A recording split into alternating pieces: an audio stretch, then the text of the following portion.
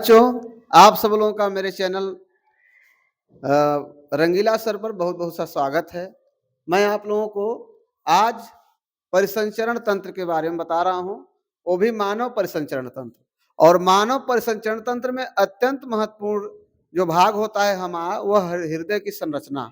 बच्चे पहले हृदय की संरचना पढ़ लेंगे, हृदय की संरचना के बारे में समझ जाएंगे, इसके बाद उनको और चीजें समझ में आएगी। तो बच्चों, हमारे शरीर के अंदर जो हृदय होता है मुख्य 4 कक्षों से मिलकर बना होता है। सबसे ऊपर के कक्षों को आलिंद के नाम से जाने जाता है। एक दायां आलिंद, दूसरा बायां आलिंद। उसके जस्ट नीचे के भाग को निलय के नाम से जाना जाता है। एक दायां निलय और दूसरा बायां निलय।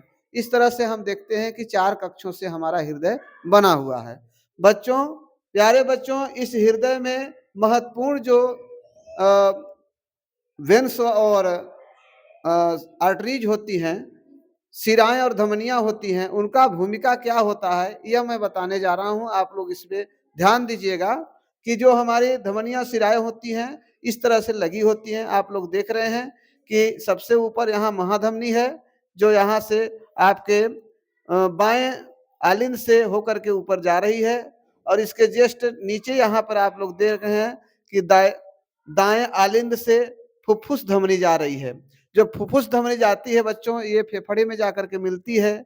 और इसके जस्ट नीचे बायां आलिंद में आप लोग देख रहे हैं जुड़ा हुआ है फुफ्फुस शिरा। और इधर महाशिरा आप लोग देख रहे हैं दोनों तरफ लगा हुआ है। तो इनका क्या भूमिका होता है हृदय के अंदर, इस पर आप लोग ध्यान देंगे। तो सबसे पहला हमारा है महाशिरा। हाँ बच्चों, जो महाशिरा होता है वह अशुद्ध रक्त को हृदय के दाएं आलिंद में लाता है। ये महाशिरा जो है, आप लोग यहाँ देख रहे हैं कि ये महाशिरा बना हुआ है और ये तीर का निशान भी लगा हुआ है।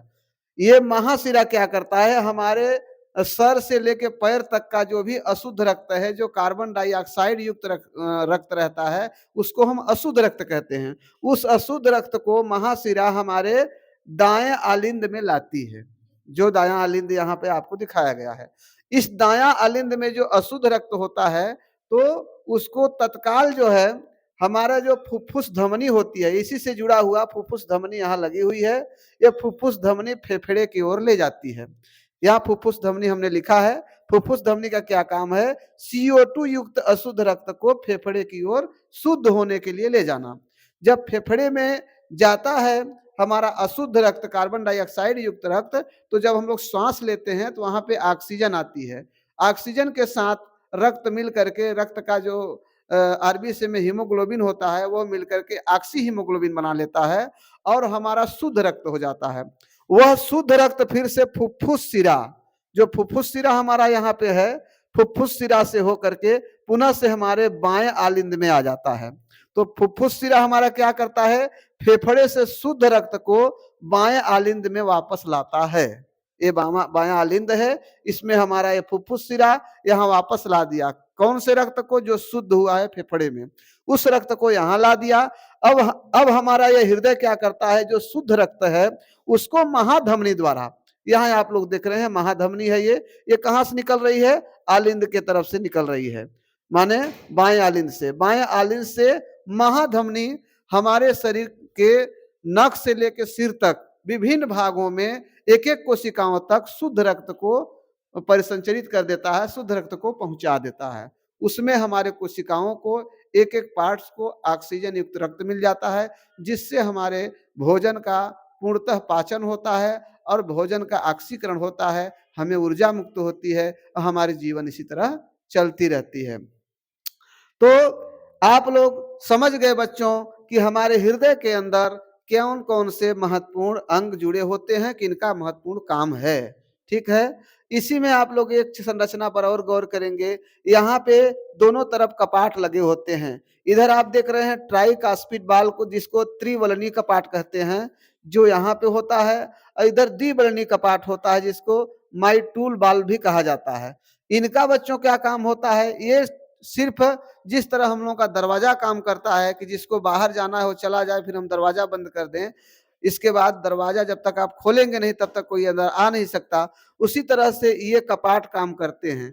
जब हमारे अशुद्ध रक्त बाहर चले जाते हैं, ये कपाट बंद हो जाते हैं। जब शुद्ध रक्त आता है तभी वो कपाट खुलते हैं। तो इस तरह से आना जाना, जैसे ही आवश्यकता पड़ती है रक्तों का, वो बहाव बना रहता है हृदय के अंदर।